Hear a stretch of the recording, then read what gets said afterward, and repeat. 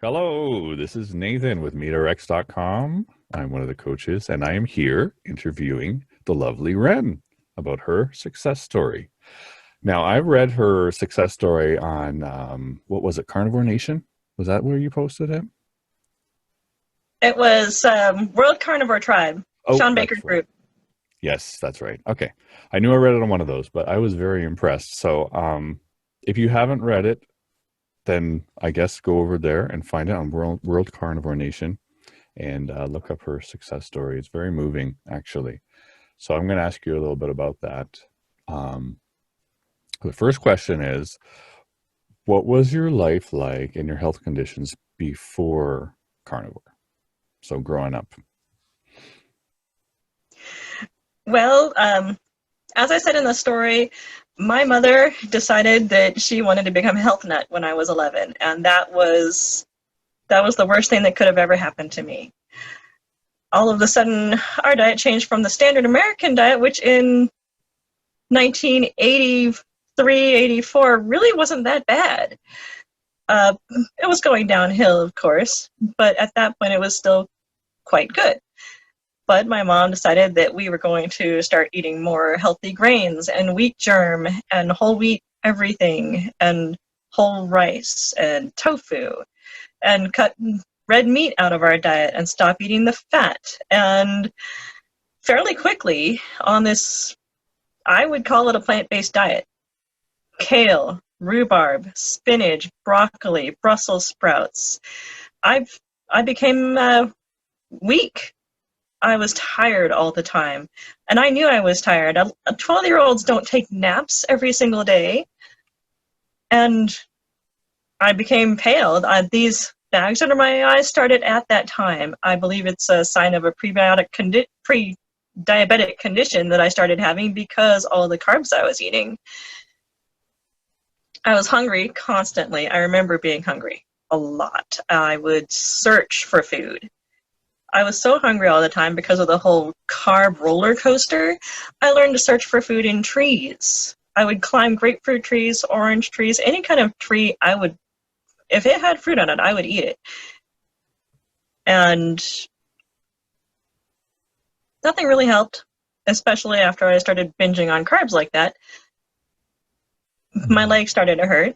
I started getting knee pain, and 13-year-old kids don't get knee pain and shin pain like I did. I started having shin pain so bad that I could hardly walk. And I would walk to school and walk home. And after I got home, my leg muscles would be spasming continuously after I stopped walking for another 20 or 30 minutes. And that was just the beginning. Around about when I became 25 years old, all of a sudden I lost my ability to walk for the first time.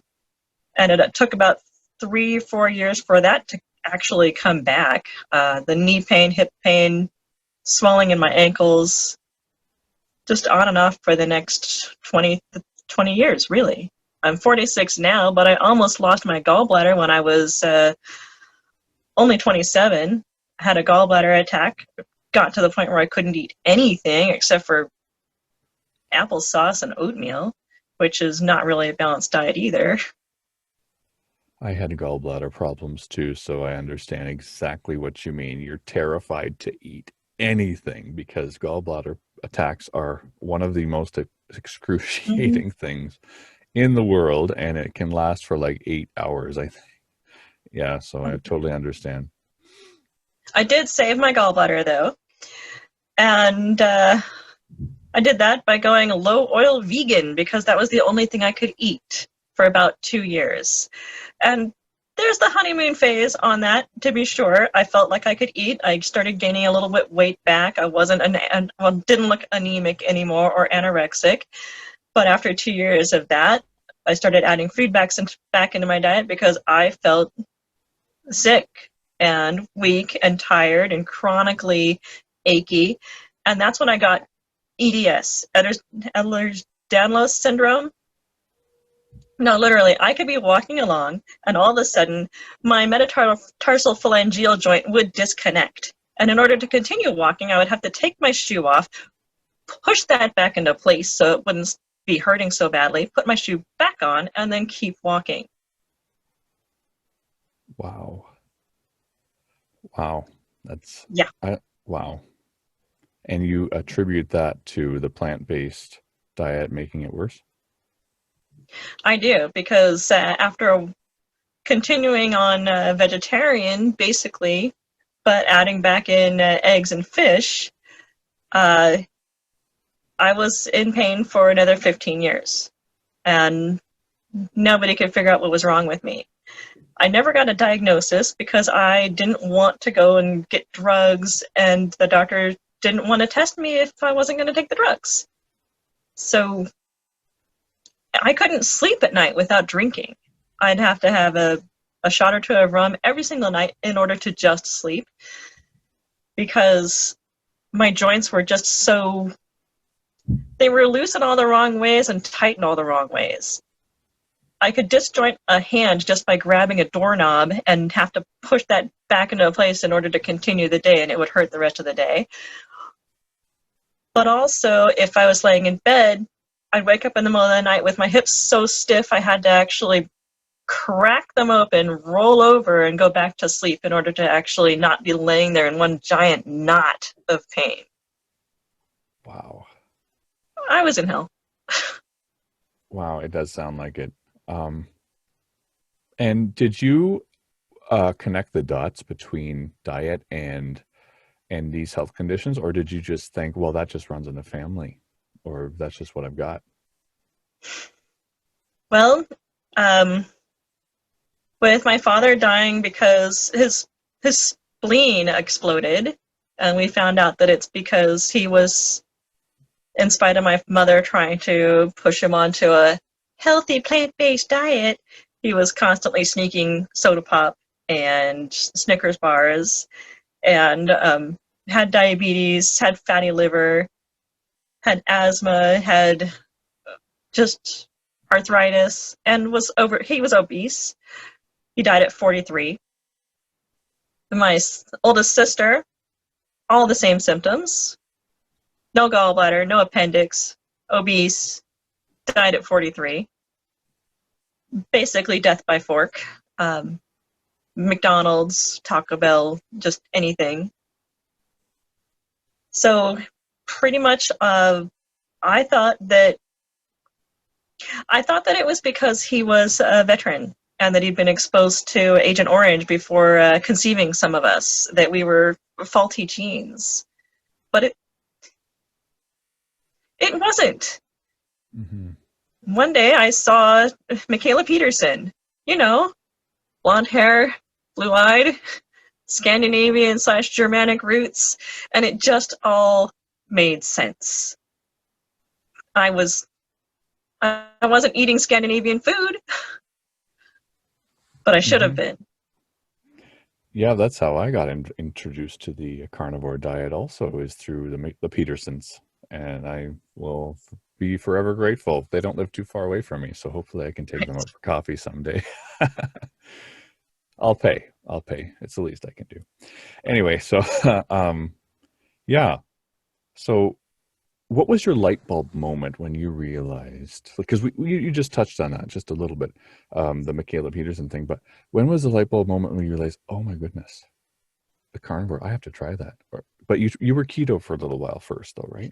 Well, I actually started out kind of with, like I said, when I saved my gallbladder 17 years ago, I was searching the internet, which really wasn't the in thing to do back then, but I was searching the internet and found gallbladderattack.com, where they start talking about how avoiding all of these man-made cruciferous vegetables that cause gallstones.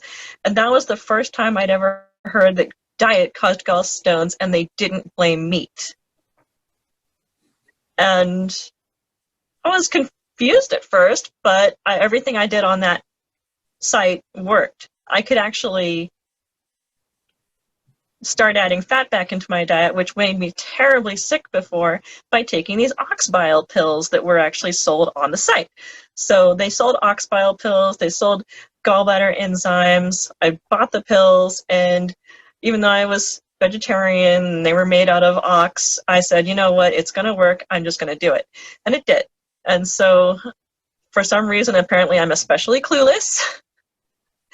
And it wasn't until I was older and packing on the pounds and had another gallbladder attack that a friend of mine said, why don't you watch these YouTube videos by Dr. Barry and Dr. ShawnBaker? Because Dr. ShawnBaker makes so much sense, and he's just, well, he's a nutritionist and he's a doctor, and he talks about all these different problems that I had that I'm working on, and he's just dreamy. He's like 6'5", and he's quite a good-looking gentleman, if I may say so. Yeah, so he's a mountain of a man. I'm wondering when the calendar's coming out.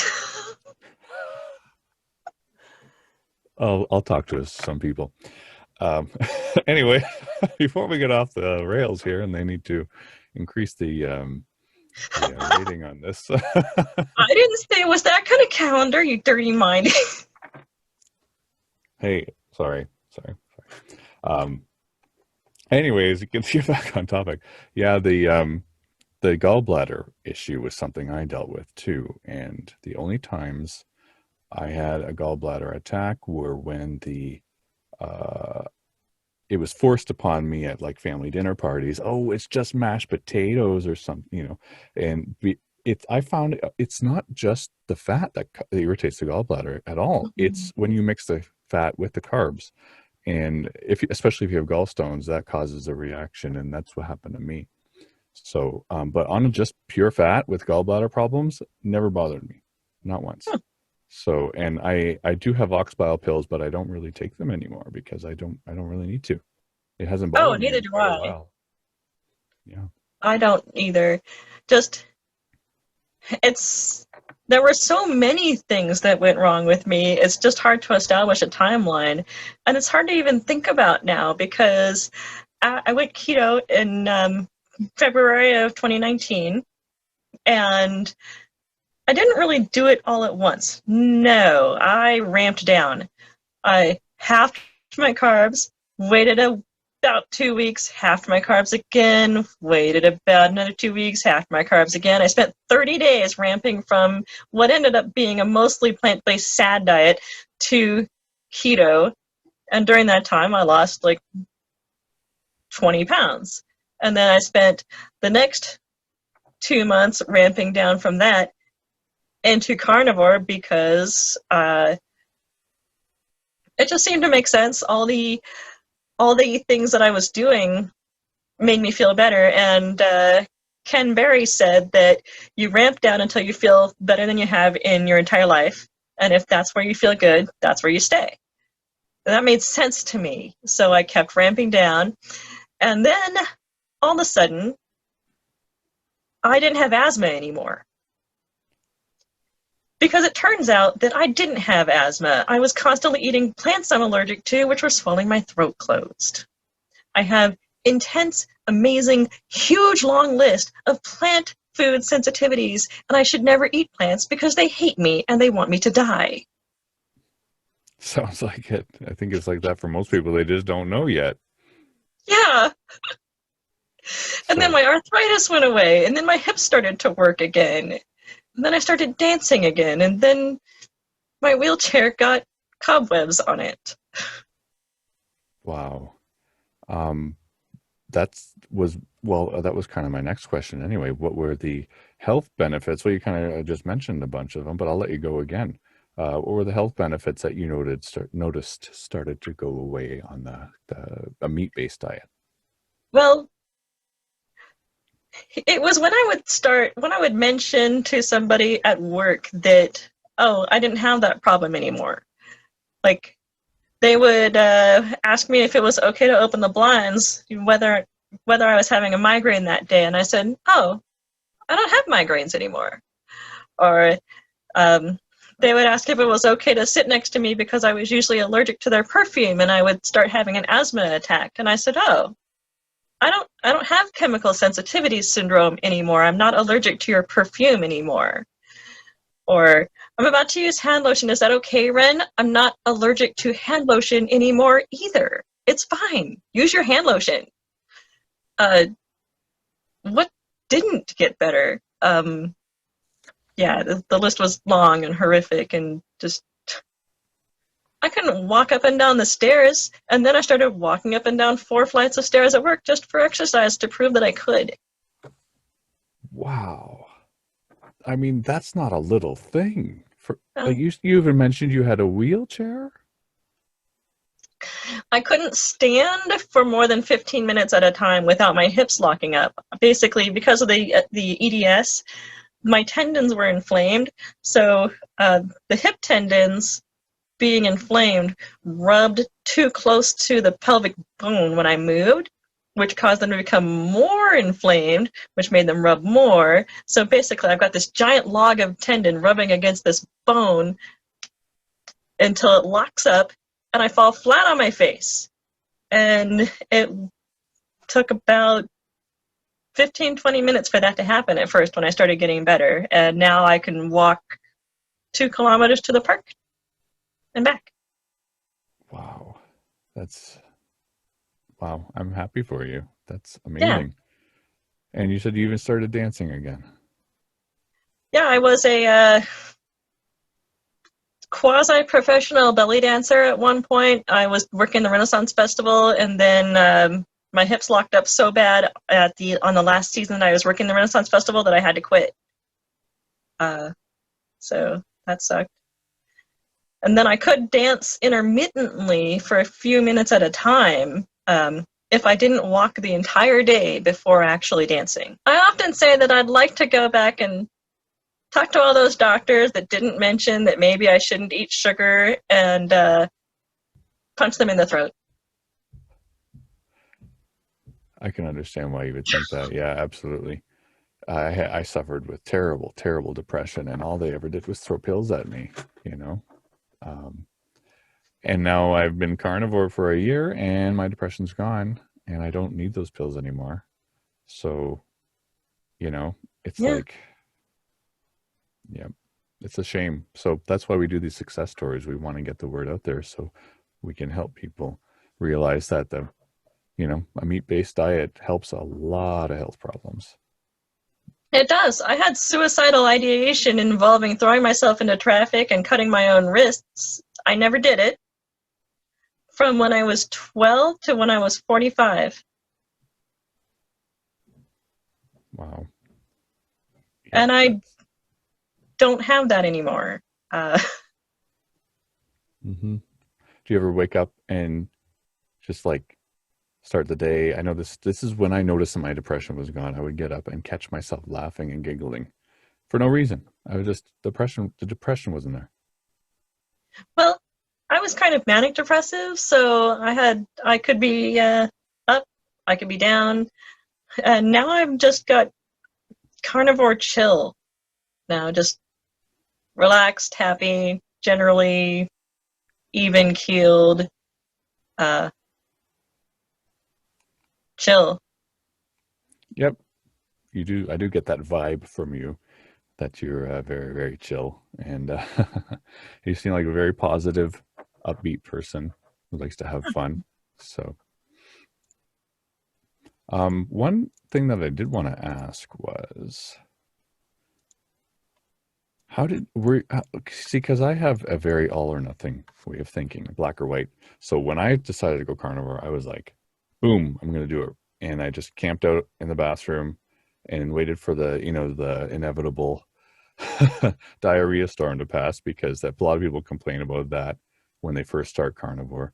So how were you able to what did you call it, ramp up to doing it? Or I had a plan. I watched many, many transition stories from people who hammered over the peg straight from SAD to carnivore and quit coffee and alcohol at the same time, to people who oh, I was keto for a year and then I did this, and I thought, okay, I took, since I'd had problems medically since I was a small child, basically, I took anatomy and physiology in high school. I took um, sports medicine in high school. I took advanced placement classes in high school to prepare for medical school because I wanted to fix myself. So in college, I took nutrition classes and anatomy, other things, beginner medicine, basically classes. But I also got a certified nurse's assistant certification, and I was a emergency medical technician. So I had the knowledge there to understand how to put together a plan for my own transition so that I could become easily fat adapted and then just go straight to carnivore over the period of, it was 110 days. And during that entire time, because I kept shaking up the diet by ramping it down again, ramping it down again, ramping it down again, I had no weight stalls. I had no keto flu. I had no symptoms of what a lot of people complain about, except when I did go the rest of the way carnivore, my body was so confused. It did not, I was exhausted sometimes where I would just be walking around like a zombie because my body wanted carbs so bad. My brain was like screaming for carbs like an angry toddler saying, I'm just going to die if I don't get carbs. And I said, no, stop it. Mm-hmm. Well, I wish I could have done that because it's oh man, going cold turkey. Some people can do it and I could. I stuck with it, but it is tough. I could have done it. I mean, I know I could have done it. I have apparently a wheel of steel. I got a bunch of shirts that said things like not today carbs and 0% sugar, and started wearing those to the office. And when people offered me sugar, I would just point to the shirt. And I would tell them things like, I don't eat the office decorations. Those are office decorations. I don't eat them. I never broke, not once. I did not cheat. Well, a couple of times I used Women's Carnivore Tribe as a support group. I would post things like, oh no, they've got ice cream downstairs, please tell me not to eat it. And you know, when you've got 100 people telling you not to eat it, yeah, there's a lot of support there. And then, after a while of me doing that, work started ordering sugar-free treats. Whenever they had an ice cream day, they had sugar-free ice cream too. So they started supporting me in that, and that was just so good to not have to fight. I mean, I used to think if I had a clicker and just clicked it every time I said no to carbs, how many times would I have said no? And to lose that first 30 pounds, 8,000. Wow. Yeah, I know. It's really hard. It's almost like quitting smoking.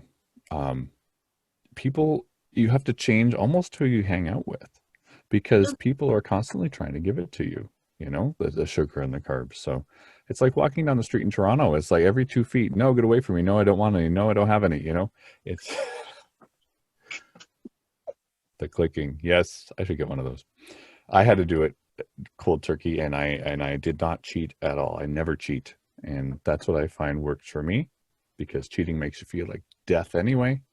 So, Yep. Oh, so I heard somebody told me once that it's not cheating. Cheating is supposed to help you get ahead. You do a cheat because it helps you take a shortcut to where you want to be. So breaking your diet on carnivore isn't cheating, it's sabotage. That's a great point. I'm going to remember that. It's not a cheat. Yeah. Yep, I'm learning a lot from you. Thank you very much. So, Thank you. So, okay, what advice would you have given to someone, let's just say a younger Ren, someone who's going through the same thing you went through and had the same health conditions, what advice would you give them? Well, I would tell them to never eat anything fried in vegetable oil. Yeah. And if they That's what were, I would tell myself. And, you know, and what no about foods. people considering the carnivore diet or thinking about it, you know? I would say the same thing that Ken Berry said. Ramp down. Ramp down and until you feel better than you have in years. Ramp down until you start aging backwards. Ramp down until you feel like your health is just magically coming back and you've got a new body, and stay there. And whether that's 80% carnivore, 90% carnivore, whether you have to go all the way like the Petersons and go 99 to 100% carnivore, like I mostly had to do, that's what you do. It's all about what's good for your body. But the first thing I would actually wish that I had done earlier, I wish that I'd taken a DNA test and looked at my DNA and looked at what my ancestors ate. And the question is not what did your ancestors eat? It's what does your ancestors eat when they were at their most feared? When your ancestors were the masters of their domain and feared throughout the land, that's what you want to eat. And what Vikings ate mostly was in season, a little bread, a little fruit, but mostly fish, bear, seal, goat, large ruminant animals, you know. Yep, that's a common theme I hear from most people, is that they feel best on ruminant animals, beef, lamb, that kind of thing. And I know I do. So, yeah. It became clear that my ancestors never ate cabbage unless it was fermented. They never ate beets unless those were fermented into a form of what's called beet kvass or beet pickle. So I started pickling at that point when I had done the DNA test, and I started doing ferments like kombucha, pickles, sauerkraut, and that really helped. That's where a lot of my healing came from. And when I realized that there's a lot of live microbial, bacterial things in ferments that make them really carnivore, actually. Mm-hmm. Interesting. I didn't know that. That's cool. Swallowing billions. So, okay. Well, I'd like to thank you. And I wanted to end on this note. I want to read the last thing in your carnivore success story, if I may. Do I have your permission? Sure, absolutely. All right. It says, my husband and I switched to a carnivore after 4 months of a slow ramp down keto. By then I had already lost 30 pounds. He'd lost 40. We never cheated, not even once. We knew what was at stake. It was life or death. From then on, the story reads in reverse. I started being in less pain, less migraines, less depression, less allergies, less asthma, less medicine, less leg pain, more life. It's just that simple. I started dancing again. And what was the last line say? Do you remember? I don't. Oh, it's not a miracle. It's meat. Yes. Very good. Okay. Thank you so much, Ren. And I hope to someday. I don't know if anyone else knows this, but Ren has a YouTube channel. And how can people find you? How can people find you on? My YouTube channel is Phylodice. It's the name of a yellow butterfly. Philodice. Okay. And yeah, you're a YouTube content creator, kind of, aren't you? Some of the videos are kind of funny, but I guarantee you, if you Google the words "smashing cabbage in a bikini," I will be the only result. Okay, well, that's cool. It's something people can Google if they want. All right. Well, thank you very much, Fran. And I hope to see you sometime in the future in the carnivore community. Okay? It's been a pleasure. Thank you. From eatrx.com. We thank you for your story and your success story. Hopefully we can help a lot of people with this information and your experience. Okay. Awesome. All Have a right. good Have a night. good day. You too. Take care.